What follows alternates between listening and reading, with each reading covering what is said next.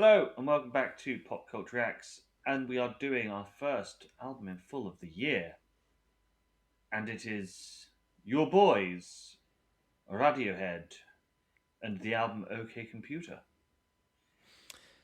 Yeah, we left our boys in 1995 when we listened to the Bends. So we fast forward 2 years to 1997, and release of it's like in May 1997. But yeah, it wasn't kind of one of them. Oh, we'll knock this out in 5 minutes beforehand. We said this in the Bends. They don't tend to have, I would say, easy album cycles, nor necessarily make their album cycles easy. And there was a the Bends did really well. It did really well in sales. It done really well critically. Ultimately, although possibly not initially, it built up the fan base. So talked about the pressure coming into the Bends of the record company saying, "Give us an album full of creep." And I think in this one, it was like, give us the success of the Bends again. And like, I think you've probably picked up on this in our journey so far. They're not ones to necessarily want to bend to the will of a record company, and are much more interested, I guess, in creating the music that they want to create. And no coincidence. It was quite near my birthday. It came out. This is my favourite album of all time. I'll say that before we go into it. I absolutely worship and adore this album, and probably towards the end we'll get into thoughts and feelings on the album, and I'll probably go into like the why it is. But partially, I think one thing that is worth remembering, I guess, in all the times we do things like this is 1997, so comparatively to, I guess, what's going on in the British music scene at the time, and possibly comparative to some of the parts of the Bends. I think one of the things to keep in the back of your head is what this album could have been and what Hmm. it is, if that makes sense. Well, For, I guess, for historical context. trying to think, 97. So no, that'd be after what's the story in it? That'll be Yeah, the Wood the thingy have come out. groundwork, the Third album groundwork come for out. kind of Britpop was there, wasn't it? Yeah, because Like, you'd have had Park Life, you'd have had What's the Story. Mannix would have probably just dropped well, I tell you what, that album. let's let's have a look, shall we? Yeah, and we said this in the Benz one, didn't we? It's a very buoyant British music industry at this point, Yeah, and not just buoyant for its Stock Aitken and Waterman esque pop, which has started to transition, and possibly gone beyond transition into your boy bands and girl bands, but the British music scene actually has bands that play instruments competing for top spots on singles charts and album charts and things like that. And yeah, as you said, you've got you've got the war for Blur and Oasis, but probably by this stage, I think Oasis had kind of come out on top. yeah. Oasis won. You know, Country House might have won the single fight, but What's the Story, Morning Glory definitely won the album fight. Well, and they had I would say the media attention. Weren't they? They were much Yeah, more what the reporters, and I use a term loosely, wanted to report on, the things like the Sun. Liam Gallagher getting into a fight in a nightclub was a much bigger headline than Damon Albarn doing something creative, I yeah, guess. Yeah, Mannix was 96, so yeah, that third Mannix album's out. So there's kind of quite a roadmap for what bands are doing, and that's not to say all of them were doing the same, but there was a sound yeah, in existence, and um, a lot of that being semi-similar to what Radiohead did on some of the bends, because they were coming up through that scene at the same time, weren't they? yeah. So I think Verve might have been 97 as well. Yeah, they probably Urban were coming out hymns, around then. yeah, Yeah, yeah, that. So yeah, as you say, the scene as a whole is exploding at this point. You can't. yeah. You can shake a stick and hit a fucking indie band because And there's as I so say, many. the record company at this point want, I'd describe it as the Bends again. They want Yeah, the well, success of Ben's the too. Bends, yeah, and they want it kind of being Benzy. Is that a word? I don't know. Let's claim it as a word. And as we will find out as we go through all of the albums, Tom York especially, but pretty much all the bands, they don't necessarily like to and want to conform exactly to the demands of a record company. And if anything, like a lot of the stuff on the Bends was really talking about the struggles and the stresses of trying to Yeah. fulfill other people's desires when you want to do what you want to do. So shall we jump into track one, Yeah, Airbag? yeah. Track one, Airbag, as you say. If I wasn't so inept, I'd have had the play button ready. I do now. Let's do this.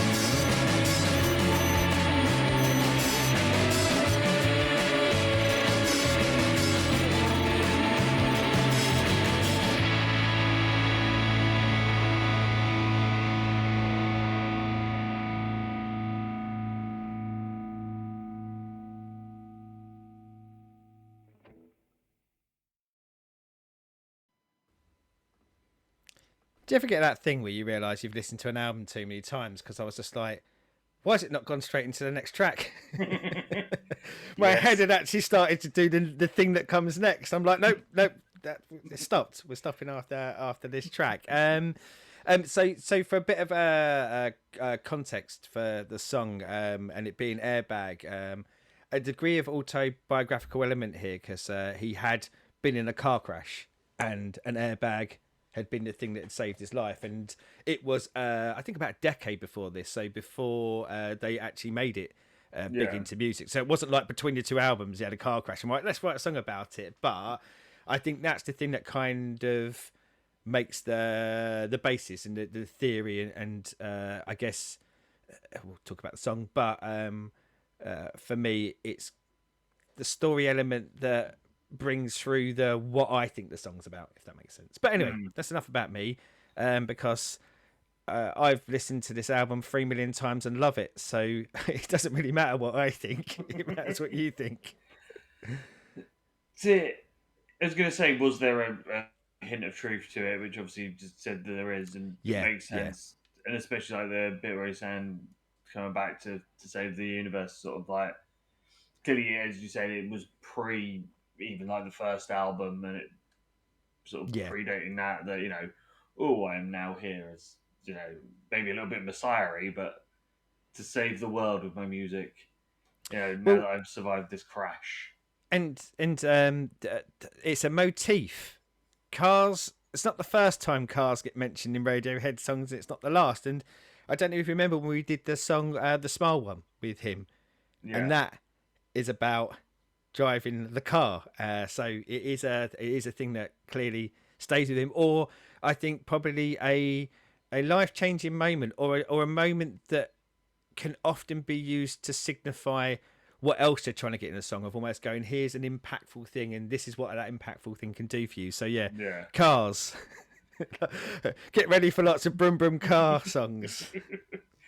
um, see, I've never heard this before, and I'm like trying to in listening to it. I was also trying to think where the other bands of the era were. That's why I sort of said at the beginning, like where the Manics Yeah, were or where yeah. thingy were, Well, and because that's what I said to you. I think it is the one of the hard things about going back to an album from what we're looking at like 26 years ago now is um trying to sort of contextually go, where was it different to what was coming out, where was it influential, and part of the problem is that we say this sometimes when you go back and watch an old movie and it's supposed to be a classic and you watch it and you go, didn't hit for me because I've seen 100 different everyone movies else do do it. this since. Yeah, yeah, But yeah, because this is, I think this is pre the first Gomez album, and Gomez was one of the I first bands that I think you're right. remember doing the weird soundscapes of sort of electronic music and proggy stuff in indie. So Yeah. obviously, if this is pre that, which I think it is, I can see where Gomez then picked it up from. Um, We got like little tasters, I think, of snippets of that in the bends. But mm, yes, and as an album opener, that one of the things that really stood out for me. I mean, this grabbed me straight away, and it was exactly what you were saying there. It was the electronic sound coming in it, but the sort of integration. I mean, the distortion. Some of it's used in lots and lots of different genres, but the amount of varied distortion that they have in this. I mean, mm, there's even like sleigh bells playing at a certain point, and you know, we weren't getting that in the music of the time, and certainly we weren't getting it from a band that was sort of laid up to be one of the big boys. yeah. Like I think it's brave, bold decisions, sort of straight out the back of how to construct the songs, and yeah, I'll shut up again. So I said I wasn't going to talk because I love this album. So you go, you go, you go. But yeah, so as I say, sort of think of where other stuff was at the time. So you got like Oasis with their big weird song was Magic Pie, which is obviously off the album at the time, and they were like, "Oh, aren't they being weird?" And you hear this and go, "Bad." Like Oasis and things like that, they weren't even fucking trying compared to Radiohead.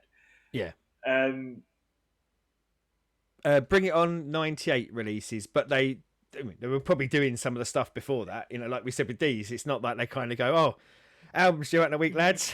Better knock a Yeah, few songs out." Yeah, and it's that thing of like, does it grab me straight away? No, but it does intrigue me as an opener. It's very much a, oh, what are we gonna get? Where are you going with this? yeah. You know, and especially because obviously the stuff I'd heard is just the singles and bits like that. That it's a lot of it, as I said when we did the bends. To me, Radiohead with that dour, dull indie band that just sort of, and this sort of gives it that. Oh, there is more here. There is more than what you just got on the singles, and yeah, this was never going to get on fucking Radio One. This song You because know, it's too weird for Radio One. I think we talked about it on the bends, and that's why I said at the beginning this is my favourite album of all time. Never want to bury the lead on these. So it being my favourite album of all time, clearly I kind of like all the constituent parts. But you know, you said about that dour thing, and I mean, the bends has a lot of very dour subject matter in it, doesn't it? And Yeah, I always kind of when I was never naive or ignorant enough not to go.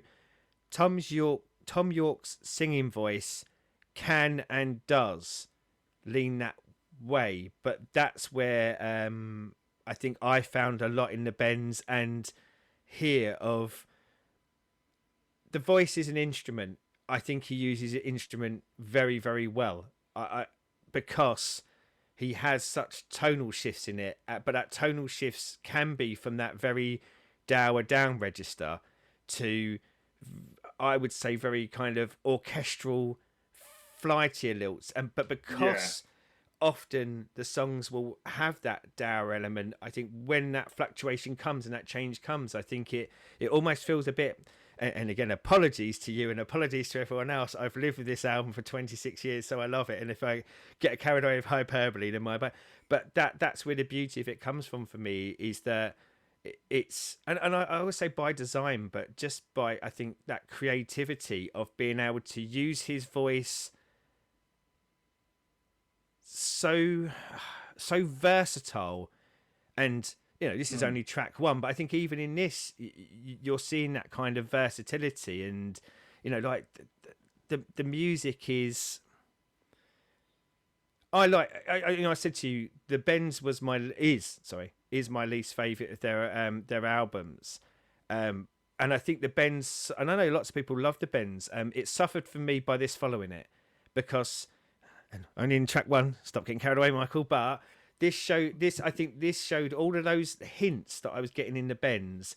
So I think the whole band has got a lot more freedom here. So when we're mm, getting that distortion, when we're getting that change up, get a very long instrumental in there, because I think they are confident that they know that the music part of it is as important as the lyrical part of it. And integrating all, like I say, the scratching, the sleigh bells, and things like that. This knocked my socks off at first listen, and I couldn't wait for track two. yeah. It's one of those with this one more than on Ben's on the first track. I'm very much intrigued. Well, and the hard thing for you is you're hearing this for the first time, and we will talk about this a lot more in other tracks, I promise you. Is like, I've lived with the lyrics of this album for a very long time, and when you've lived with the lyrics of an album for a very long time, and I think quite often they do. So there's the literal part about a car crash and airbag, but I think when you live with an album for a very long time, you end up putting a Your lot stint of, on it. well, I say a lot of meaning, but exactly what you said there, like what it means to you. And that's a motif for me that follows throughout this album, and starting really well here of the lyrical choices and what's going down there. There is some literal elements, but there's a lot of interpretive elements, and there's a lot there's a lot of meat to dig into. But you know, to be fair, this is my 1,000th listen to it, so I've got a million stories about it. Whereas this is your first one, and you're only going to be able to pick up so much. But I'm really pleased to say that it intrigues you because that's what you want a lot of the time, isn't it? Like you do want Mm. your socks to be knocked off, but at the very least, you go, oh, do I want to come back for more? And it's a win if the answer is yes, isn't it? Yeah, it said as you lambasted me for, obviously when we did the bends, my preconceived nearness Yeah, of I believe Radiohead. the first three videos were it's all right. Yeah, that that's just where I was with it because Uh, that's all uh, I'd heard was stuff that at the time was just it's all right, but never enough to make me go, actually, let's give this a go. I do Bef- think you'll get a couple of moments like that on this album, though. As much as I absolutely rate this album, I do think there are some songs that what you probably think of as the Radiohead style, and people think of it as a Radiohead style for a reason, because these things don't magic out of thin air. I do think there are a couple of songs and a couple of elements that you will feel like that. But I guess my kind of hope is when you get to them, because they're a part of an album, I don't think they'll be as abrasive or as maybe as underwhelming for you, yeah, because I think I think this is where, I mean, for me, and I guess this is the weird thing, and bearing in mind I know where we go after this album. When people say the Radiohead style and they sort of describe that, I tend to think tail end of Pablo Honey and the Bends, yeah, but we go off into different directions now. Well, so even more different directions later, I promise. so we will be back next with Paranoid Android. So you know how I said this is my favourite album of all time? No, Yes. let's build that one up as well. My favourite song of all time. Who we're doing next? Nothing like a bit of build up, is there? So, as always, down there, let us know what you think of the album as a whole, the song, um, Radiohead as a whole, and join us Airbags, for the whole of the adventure. And car yes, safety. your favorite brand of airbag, and favorite piece of car safety equipment, Yeah, just yeah. for randomness. Any As Crash Test always, Dummy songs that you want us to react to? there's We'll do only one in anything. there. I think they did an album. And they probably did more than one album, but I was working in WH Smith's in the record department at the time, and I'm pretty sure we had the Crash Test Dummies album, and I probably listened to it. But yes, even if I probably heard it, I can still only remember one song. So So, as always, like, subscribe, ring bells, and all the YouTubey things. And until next time, good day.